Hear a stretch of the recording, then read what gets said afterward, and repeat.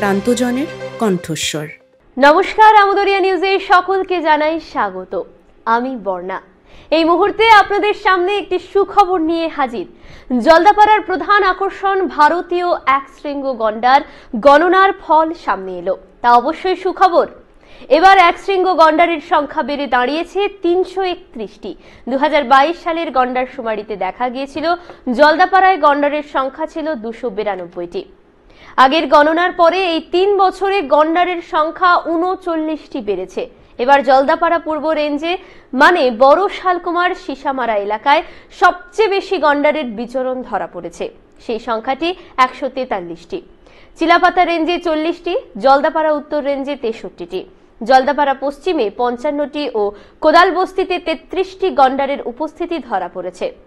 এই শুমারির সময়ে trap camera ব্যবহার করা হয়েছে। হাতির পিঠে চড়ে ও অন্যান্য উপায়ে সরেজমিনে গন্ডার গণনার কাজও হয়েছে। বনকর্মী, স্বেচ্ছাসেবক ও বিশেষজ্ঞ সহ অন্তত ৪৫০ জন গণনার কাজে যুক্ত ছিলেন। জলদাপাড়ার এই এক শৃঙ্গ গন্ডার দেখতে প্রতি বছর লক্ষাধিক পর্যটকের ভিড় হয় ডুয়ার্সে।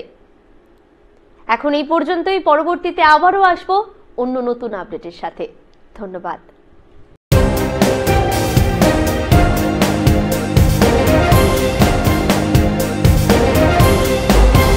আমদরিয়া নিউজ, প্রান্তজনের কণ্ঠস্বর।